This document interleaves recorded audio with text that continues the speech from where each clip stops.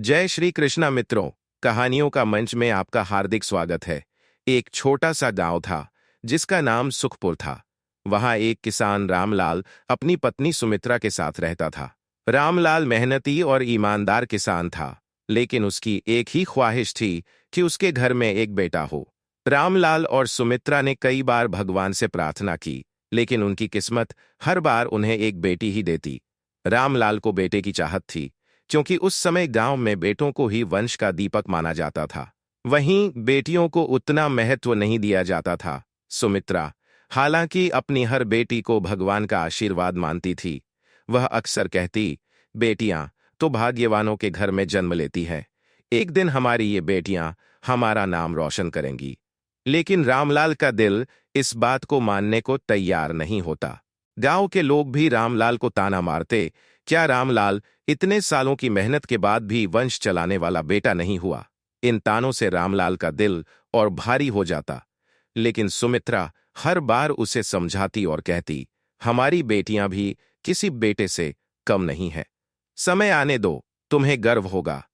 कुछ समय बीत गया। एक दिन सुमित्रा के घर फिर से एक बेटी ने जन्म लिया। रामलाल इस बार बेहद गुस्से में था। उसने बिना कुछ कहे अपनी नवजात बेटी को एक टोकरी में रखा और उसे नजदीकी नदी में बहा दिया। टोकरी धीरे धीरे बहते हुए नदी के किनारे पहुंची। उसी वक्त एक औरत की नजर उस टोकरी पर पड़ी। उसने दौड़कर टोकरी को उठाया और अंदर झांक कर देखा। जब उसने उस मासूम बच्ची को देखा तो उसका दिल भर आया। वह बच्ची को अपनी गोद में लेकर आगे बढ़ ही रही थी कि तभी एक बड़ा सा गिद्ध तेजी से आया और टोकरी को उसके हाथ से छीनकर उड़ गया। गिद्ध टोकरी को लेकर पास के एक पेड़ पर जाकर बैठ गया। पेड़ की शाखाओं के बीच वह टोकरी को चोंच से खींचने लगा। गिद्ध ने जब टोकरी में झांक कर देखा तो उसमें एक नन्हा सा बच्चा मुस्कुराता हुआ उसे देख रहा था। बच्चा अपने नन्हे हाथ पैर हिला रहा था, जैसे गिद्ध का स्वागत कर रहा हो। यह देख गिद्ध के दिल में अजीब सी भावना जाग उठी। गिद्ध, जो अब तक शिकार करने और अपनी भूख मिटाने के लिए जाना जाता था, उस मासूम मुस्कान से भावुक हो गया। उसने अपने नुकीले पंजों को धीरे से टोकरी पर रखा और चोंच से बच्ची के सिर को प्यार से सहलाने लगा। ऐसा लग रहा था जैसे गिद्ध का कठोर दिल पहली बार नरम हो गया हो। गिद्ध ने टोकरी को मजबूती से पकड़ा और उसे लेकर पेड़ की ऊंची शाखा पर सुरक्षित जगह पर बैठ गया। वह बार बार बच्ची को देखता और अपने पंखों से उसे ढककर सुरक्षित महसूस कराता। अब गिद्ध के मन में उस बच्ची के लिए स्नेह और ममता उमड़ने लगी थी। गिद्ध उस बच्ची के लिए जैसे माता पिता बन गया था। वह रोज उड़कर दूर दूर तक जाता और अपनी चोंच में खाने के लिए कुछ न कुछ लेकर आता। कभी वह पेड़ों से फल तोड़ लाता तो कभी किसी खेत से अनाज के दाने चुराकर लाता। वह बड़ी सावधानी से वह खाना बच्ची के पास रखता और उसे अपने पंखों से सहलाकर खिलाने की कोशिश करता। गिद्ध अपने पंखों का इस्तेमाल बच्ची को ठंडी हवाओं और धूप से बचाने के लिए करता। वह उसकी हर छोटी छोटी जरूरत का ख्याल रखने लगा। बच्ची भी गिद्ध को देखकर हंसती और अपनी नन्ही बाहें फैलाकर उसे जैसे गले लगाने की कोशिश करती। यह अनोखा रिश्ता अब और गहरा हो गया था। गिद्ध अब न तो शिकार करता, न अपनी भूख की चिंता करता। उसका पूरा ध्यान बस उस मासूम बच्ची पर था। ऐसा लगने लगा था कि वह गिद्ध अब केवल एक पक्षी नहीं, बल्कि बच्ची का रक्षक और उसका सबसे बड़ा सहारा बन गया था। गिद्ध अब उस बच्ची को अपनी बेटी मान चुका था। वह उसके लिए कभी खाने का इंतजाम करता तो कभी दूर किसी गांव से चुराकर कपड़े ले आता। समय के साथ वह नन्ही बच्ची बड़ी होने लगी। इस तरह काजल, कांगी, आईना, तेल का डिब्बा आदि लड़की के सामान जहां मिलते वह उठाकर ले आती, बेटी को देती। धीरे धीरे पीपल के पेड़ पर ही गिद्ध की बेटी बड़ी होने लगी और एक खूबसूरत जवान लड़की बन गई। गिद्ध ने एक दिन अपनी बेटी से कहा, बेटी, तू अब बड़ी हो गई है। मैं तुझे छोड़कर दूर जाती हूं तो हर पल मुझे तेरी फिक्र सताती है। मैं हमेशा डरती हूं कि अगर तुझे कोई नुकसान पहुंचाए तो मैं पास ना हो पाऊं। लेकिन अगर कभी तुझे डर लगे या कोई मुसीबत आए तो यह गीत गाना, ओ पंखों वाली ममता, सुन मेरी बात, जहां कहीं भी हो तू, कर मेरा साथ। बस ये गाना गाना और मैं तुरंत उड़कर तेरे पास आ जाऊंगी। अब वह एक सुंदर और समझदार युवती बन चुकी थी, लेकिन गिद्ध के मन में एक नई चिंता घर करने लगी। गिद्ध अक्सर सोचता, मेरी बेटी अब बड़ी हो गई है, मुझे उसके लिए एक अच्छा जीवन साथी ढूंढना होगा। लेकिन मैं तो एक पक्षी हूं, यह काम मेरे लिए कैसे संभव होगा। एक दिन पास के गांव के एक सेठ का बेटा उस जंगल के रास्ते से गुजर रहा था। वह ऊंचे खानदान से था। उसने चारों ओर नजर फेरकर ऊपर देखा तो गिद्ध की सुंदर बेटी दिख गई। वह उस समय कांगी कर रही थी। उसने कभी किसी इंसान को नहीं देखा था। जब सौदागर ने उससे सवाल पूछना शुरू कर दिया कि तुम कौन हो, परी हो या रानी हो, जो पेड़ के ऊपर रहती हो, इंसान हो तो पेड़ पर चढ़ी क्यों हो। उसकी बात सुनकर वह डर गई। गाना गाकर, ओ पंखों वाली ममता, सुन मेरी बात, जहां कहीं भी हो तू, कर मेरा साथ, गिद्ध मां को बुलवाने लगी। बेटी की आवाज सुनते ही गिद्ध उसी वक्त वहां पहुंची और बेटी को बड़े प्यार से बुलवाने का कारण पूछा। बेटी ने बिना कुछ कहे नीचे खड़े आदमी की ओर इशारा किया। उस जवान सुंदर आदमी को देखकर सोचा कि अगर इसके साथ मेरी बेटी की शादी हो जाए तो मेरी फिक्र दूर हो जाएगी। वह नीचे उड़कर सेठ के पास आई और उसे अपनी बेटी के बारे में सब कुछ बता दिया। सेठ ने कहा, मैं एक रईस हूं और मेरी पहले से ही 3 बीवी है। अगर तुम्हें इस बात से कोई ऐतराज नहीं है तो मैं तुम्हारी खूबसूरत बेटी से शादी करने के लिए तैयार हूं। मैं तुम्हें यकीन दिलाता हूं कि उसे बड़े ही प्यार से रखूंगा और कभी कोई तकलीफ नहीं दूंगा। गिद्ध मां कुछ देर के लिए सोचती रही, फिर अपनी बेटी को समझा बुझाकर पेड़ के नीचे नीचे ले आई। उसने अपनी बेटी का हाथ सौदागर के हाथों में सौंप दिया।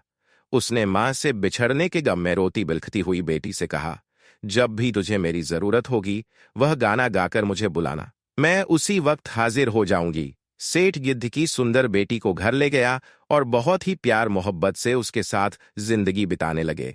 ये बात उनकी पहली पत्नियों को सहन नहीं हुई और वो गिद्ध की बेटी से हसद करने लगी। वो उसे तकलीफ पहुंचाने लगी। एक दिन 3 बीवियां आकर उसे सबके लिए चावल बनाने को कहा। गिद्ध की बेटी की आंखों के आगे अंधेरा छा गया। खाना बनाना तो दूर, उसने आज तक किसी को खाना बनाते हुए भी नहीं देखा था। उसे कुछ नहीं सूझा। रोती बिलखती वह घर के पीछे लगे केले के पौधों के बीच छिपकर गिद्ध मां को बुलवाने लगी। झट से गिद्ध उसके आगे हाजिर हो गई और बड़े प्यार से बुलवाने का कारण पूछा। बेटी ने कहा, मां, मेरी साथ तीनों ने मिलकर मुझे अकेले ही सबके लिए खाना बनाने को कहा है, लेकिन मुझे तो कुछ नहीं मालूम। अगर मैंने नहीं बनाया तो वे मेरे शौहर के आगे मेरी चुगली करके मुझे नुकसान पहुंचाएंगे। गिद्धमा ने कहा, बेटी तू मत डरना, मैं जैसा बताती हूं तू वैसे ही करती जा। एक बर्तन में पानी डालकर उसमें एक चावल डाल देना, दूसरे बर्तन में भी पानी डालकर एक सब्जी का पत्ता डाल देना। दोनों बर्तनों पर ढक्कन लगाकर नीचे एक एक लकड़ी ढककर तू घर से बाहर आकर बैठी रहना देखना। दोनों बर्तनों में खाना और सब्जी तैयार मिलेंगे। ऐसा कहकर गिद्ध उड़ गई। बेटी ने ठीक वैसा ही किया। खाना तैयार होने के बाद उसने अपने तीनों को खाना खाने बुलाया। तीनों ने अपनी अपनी थालियां के नीचे एक छेद करके रखा था। जैसे ही वह खाना और सब्जियों का रस परोसा, छेद से सारा रस बह जाता। दोबारा कहती, खाना खत्म हो गया है, और लाओ, बर्तन से खाना परोसने की वजह से खत्म नहीं हो रहा था। आखिर में तीनों सौत हारकर शर्म से उठकर चली गई। एक दिन तीनों ने मिलकर गिद्ध की बेटी को गायों को रखने का घर साफ करने को कहा। उसे कहाँ साफ सफाई की आदत थी। उसने तो कभी कुछ नहीं किया। वह गायों के घर में गायों के बीच जाकर रोती हुई गिद्ध मां को बुलवाने लगी। गिद्ध मां रोज की तरह झट से बेटी के पास पहुंची और बड़े प्यार से बुलवाने का कारण पूछा। बेटी ने अपनी परेशानी बताई।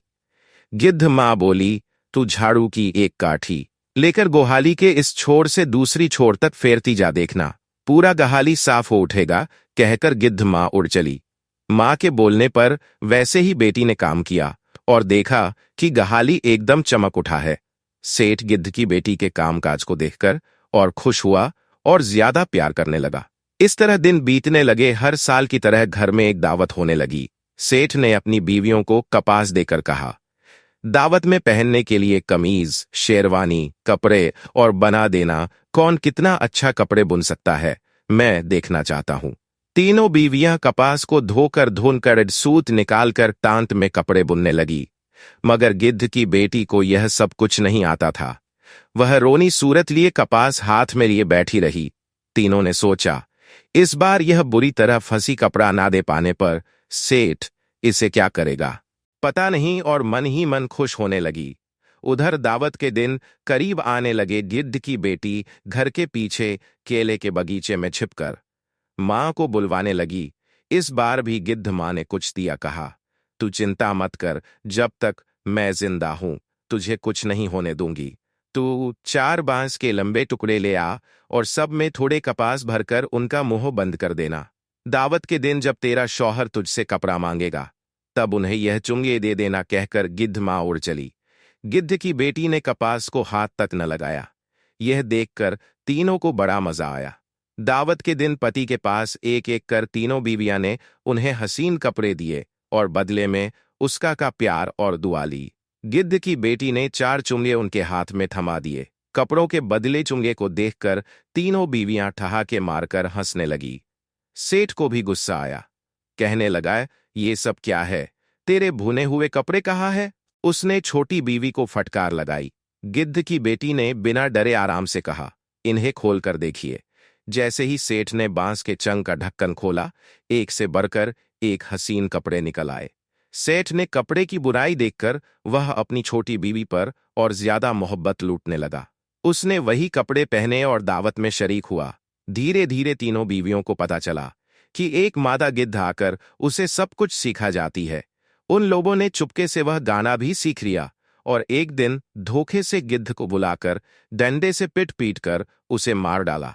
गिद्ध की बेटी को इसकी कोई खबर नहीं हुई। अब जब भी वह गिद्ध मां को बुलाती वह नहीं आती थी। ऐसा कई बार होने पर उसने समझ लिया कि उसकी तीनों सौतन ने मिलकर गिद्ध मां को मार डाला। वह कमरे में बैठकर फूट फूट कर रोने लगी। गिद्ध मां वापस नहीं आई। एक बार सेठ काम से नाव लेकर निकला जाते समय बार बार अपनी तीनों बीवियों को गिद्ध की बेटी का ख्याल रखने की हिदायत दी। पति के सामने तो वे अच्छी बनने का नाटक कर रही थी, पर उनके जाते ही गिद्ध की बेटी को घर से निकालने की तकरीर बनाने लगी। तीनों मिलकर भोली भाली गिद्ध की बेटी को एक बाजार के आदमी के हाथों बेच दिया। उसे बहला फुसलाकर मेहंदी काजल खरीदने के बहाने आदमी के नाव में बिठा दिया और सोच के मुताबिक बाजार के आदमी ने भी खूबसूरत लड़की पाकर नाव लेकर चला गया। नदी किनारे अपने घर ले जाकर आदमी ने उसे सूखी मछली की रखवाली करने को कहा। एक दिन मछली के पास बैठी गिद्ध की दुखी बेटी अपनी गिद्ध मां को याद करती हुई गाने लगी, ओ पंखों वाली ममता, सुन मेरी बात, जहां कहीं भी हो तू कर मेरा साथ। नाव में सामान भरकर सेठ उसी नदी के रास्ते से घर वापस आ रहा था। उसने अपनी छोटी बीवी की आवाज पहचान ली और जल्दी नाव लेकर उसके पास गया। उसकी कहानी सुनकर उसे बहुत दुख हुआ और उसे अच्छी तरह नहलाकर कपड़े पहनाया। उसने एक बड़े लकड़ी के बक्से में सांस लेने 2 छेद किया। उसके अंदर गिद्ध की बच्ची को रखकर घर ले आया। तीनों बीवियां शौहर के नाव में ढेर सारा सामान लाते देखकर फूडी न समाई और उनके के लिए सज धज कर बाहर आ गई। सेठ ने पूछा, मेरी छोटी बीवी गिद्ध की बेटी नहीं दिख रही है, वह कहाँ है? उन्होंने जवाब दिया, वह अपनी मायके गई है। सेठ ने कहा, मेरा मन कह रहा है कि तुम लोगों ने उसके साथ जरूर कुछ बुरा किया है। कौन सच कह रहा है और कौन झूठ, अभी पता चल जाएगा। सौदागर ने घर के पीछे एक घड़ा खोदा, उसमें अंगार के कोयले डाल दिए। उस पर तीनों बीवियों को उस पर चलने का आदेश देते हुए कहा, जो भी इस आग पर चलकर गरे को पार करेगी वही सही साबित होगी। एक एक कर की 2 बीवियां उस गड्ढे पर गिरकर मर गई। उसने अपनी छोटी बीवी की आवाज पहचान ली और जल्दी नाव लेकर उसके पास गया। उसकी कहानी सुनकर उसे बहुत दुख हुआ और उसे अच्छी तरह नहलाकर कपड़े पहनाया। उसने एक बड़े लकड़ी के बक्से में सांस लेने 2 छेद किया। उसके अंदर गिद्ध की बच्ची को रखकर घर ले आया। तीनों बीवियां शौहर के नाव में ढेर सारा सामान लाते देखकर फूली न समाई और उनके के लिए सज धज कर बाहर आ गई। सेठ ने पूछा, मेरी छोटी बीवी गिद्ध की बेटी नहीं दिख रही है, वह कहाँ है? उन्होंने जवाब दिया, वह अपनी मायके गई है। सेठ ने कहा, मेरा मन कह रहा है कि तुम लोगों ने उसके साथ जरूर कुछ बुरा किया है। कौन सच कह रहा है और कौन झूठ, अभी पता चल जाएगा। सेठ ने घर के पीछे एक घड़ा खोदा, उसमें अंगार के कोयले डाल दिए। उस पर तीनों बीवियों को उस पर चलने का आदेश देते हुए कहा, जो भी इस आग पर चलकर गड्ढे को पार करेगी वही सही साबित होगी। एक एक करके 2 बीवियां उस गड्ढे पर गिरकर मर गई। तीसरी बीवी सच थी, इसलिए वह अंगार से चलती हुई पर जा पहुंची। जी इस वक्त सेठ की 2 बीवियां गिद्ध की बेटी को बेच रहे थे। उस वक्त वह किचन में खाना बना रही थी। उसे इसके बारे में कुछ मालूम ना पड़ा। सेठ ने लकड़ी के बक्से से गिद्ध की बेटी को बाहर निकाला और दोनों बीवी के साथ हंसी खुशी जिंदगी बिताने लगा। दोस्तों, उम्मीद है आपको हमारी कहानी पसंद आई होगी। हमारी कहानी को लाइक, कमेंट करें और हमारे चैनल कहानियों का मंच को सब्सक्राइब करें। धन्यवाद। जय श्री कृष्ण।